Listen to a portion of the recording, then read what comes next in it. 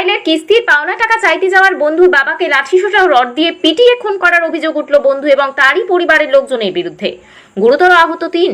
শুক্রবার সন্ধ্যা নাগাদ মুর্শিদাবাদের ফারাক্কার আছুয়া গ্রামে ঘটনায় ব্যাপক চাঞ্চল্যের সৃষ্টি হয়েছে। মৃত ওই ব্যক্তির নাম আসগর শেখ, বয়স 52। তার বাড়ি ফারাক্কার বেনিয়া গ্রাম পঞ্চায়েতের আছুয়া গ্রামে।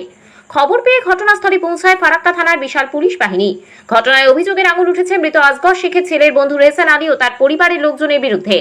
পরিবার ও পুলিশ সূত্রে জানা গিয়েছে, দীর্ঘদিন ধরেই মৃত আসগর আলীর ছেলের সঙ্গে প্রতিবেশী যুবক রেহসান আলীর বন্ধুত্ব ছিল। মাস 6 আগেই বন্ধু রেহসান আলীকে নিজের অ্যাকাউন্ট ব্যবহার করে এবং নিজের কার্ড থেকে কিস্তিতে একটি মোবাইল কিনে দেন আসগর আলীর ছেলে। কিন্তু মোবাইল কেনার পর ঠিকমতো কিস্তির টাকা দিচ্ছিলেন না রেহসান। বিষয়টি নিয়ে রেহসানকে একাধিকবার বলেও কাজ হয়নি। শুক্রবার নতুন করে বন্ধু রেহসানের কাছে জুলাই মাসের কিস্তি জমা করার জন্য টাকা চাইতে যান অপর বন্ধু তথা আসগর শেখের ছেলে। কিন্তু তাতেই রাগ হয় রেহসান আলীর।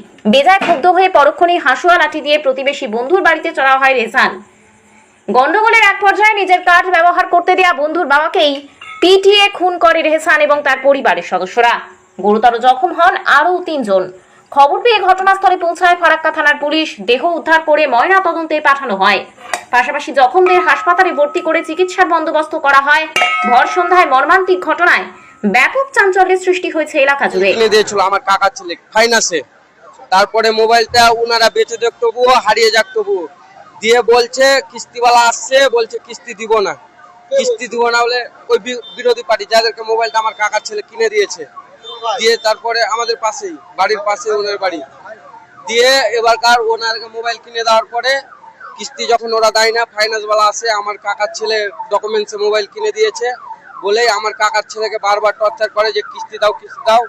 আজকে ঘটনাটা, আজকেও কিস্তিওয়ালা এসছিল, আসার পরে আমার কাকা গেছিল ওদের বাড়ি ডাকতে ওদেরকে কি কিস্তিওয়ালা এসেছে, কি কথা বলবি বলে আয় ওদের সঙ্গে। তারপরে ওরা এলো, এসে কিস্তিওয়ালাকে গালাগালি দিয়েছে আর কিছু দিয়েছে, কিস্তি দিব না, মোবাইল হারিয়ে গেছে, হ্যান হয়েছে ত্যান হয়েছে।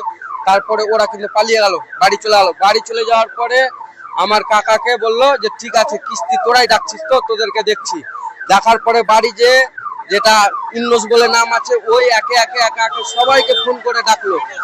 ফোন করে ডাকার পরে তারপরে ওরা এসে একটা করে জুটালো, এখানে একটা করে জুটার পরে এসে মোটামুটি প্রথম ঝামেলা 4টার দিকে, দ্বিতীয় ঝামেলা 5:30 6টার দিকে এসে এইভাবে করে মারলো, সবকে মেরেছে। আমার কাকার হ্যাঁ একদম বাড়িতে ঢুকে আমার কাকা দরজায় দাঁড়িয়ে আছে, দরজাতে এইভাবে করে ধাকিয়ে দিয়েছে।